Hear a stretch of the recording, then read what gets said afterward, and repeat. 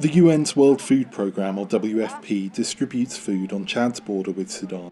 Sudan's conflict between its military and the paramilitary Rapid Support Forces, or RSF, has triggered intercommunal violence in western Darfur, just a kilometre away, according to the UN Human Rights Commission. Satahir Mohamed Abdullah is an English teacher from Janina in western Darfur. 3 weeks ago, he says armed men he believes are aligned with the RSF rode into his town on horses, camels and motorbikes, burning and looting homes and killing residents. He says the power struggle between the RSF and the Sudanese army at the heart of the conflict means men like this can now act with impunity. Everyone wanted to be a president in Sudan. That is their problem, but there is another people. They are thieves. It's a groups of thieves, and they are with vice president. And if you have like cars, they can take your car.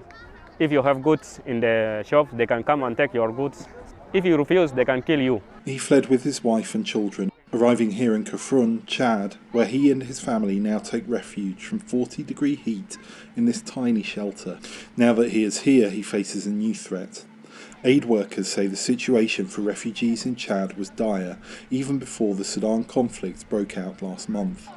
The WFP plans to halt all assistance for over 700,000 refugees and internally displaced people in Chad this month because of a lack of funding, according to a Reuters report Tuesday. Before the civil war, Chad hosted hundreds of thousands of Sudanese refugees as a result of years of violence in neighbouring Darfur.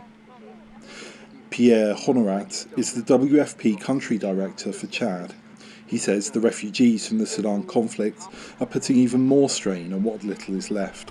It's alarming, it's critical. So today, on top of that food insecurity that you have in Chad, you have now all those newcomers, which is putting a lot of stress on the host population. El Saida Ibrahim Mohamed Adam says she arrived in Kafrun with her baby on her back, and her journey was fraught with danger. She says she feels safe from the armed groups in Sudan at least, but people here are desperate.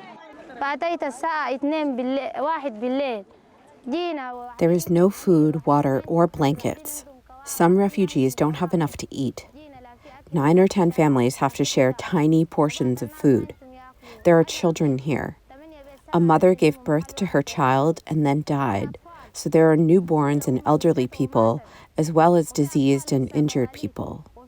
Many children are starving. They don't even have anything to wear.